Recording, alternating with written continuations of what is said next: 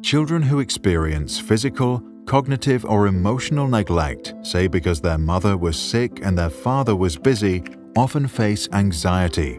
As a result, their body produces stress hormones. If this happens a lot, these hormones become toxic for their developing brain, which then later can repress emotional and cognitive well-being for life. The real story of Daniel Rucărianu, who spent part of his early childhood in a Romanian orphanage, shows the full impact neglect can have.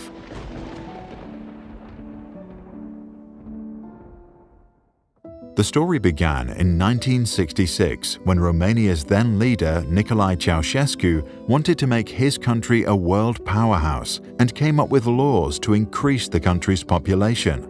Abortion and contraception were declared mostly illegal. While the law led to a rapid rise in birth rates, many of the poorer families were unable to take care of all their children, and Daniel and around 500,000 others were sent to state-run institutions. In most orphanages, there were no toys, no books, or anything else to stimulate cognitive development.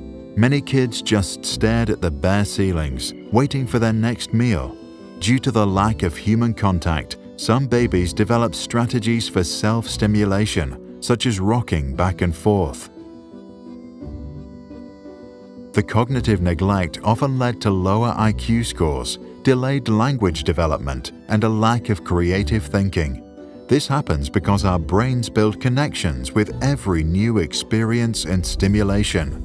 If there are no rich experiences during the first years of life, the period in which the brain develops the fastest, children cannot build the foundations necessary for optimal future learning. They miss out for life.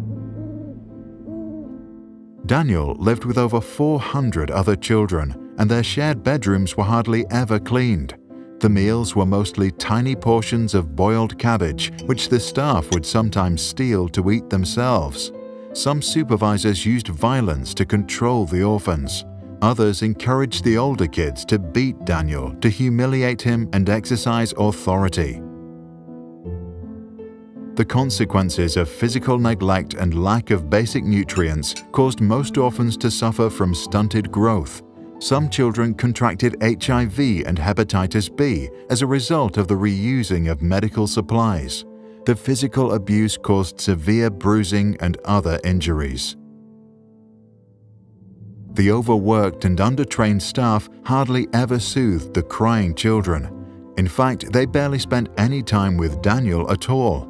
Some children were left completely alone with their worries. Others hid their feelings from the very people who ought to protect them, since they feared being hurt. Emotional neglect and anxiety lead to an excessive production of the stress hormones known as adrenaline and cortisol, which is like poison for the developing brain. But the experience also distorted the children's understanding of love and human relationships. They learned to trust nobody, and as adults often suffered from depression, insomnia, and social anxiety. When Ceausescu's regime was eventually overthrown and the conditions inside the orphanage were shown on television, researchers from around the world came to examine the nameless children. MRI scans later showed that some had smaller volumes of brain mass. The resulting research made a strong case that not only is nutrition vital to a child's development, but so is human contact. To help the children, a large number were adopted into foreign families.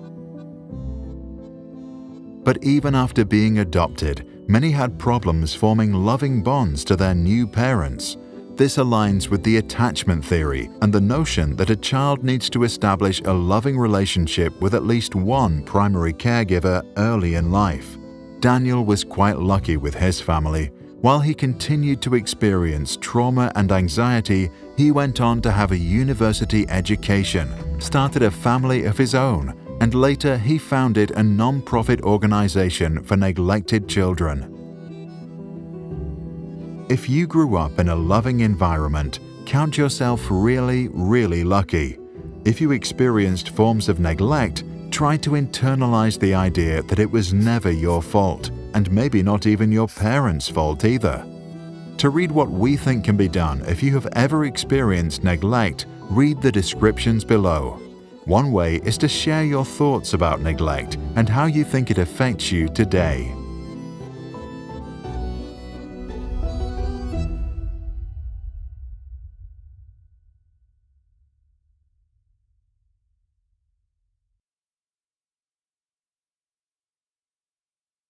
This and all other Sprouts videos are licensed under Creative Commons.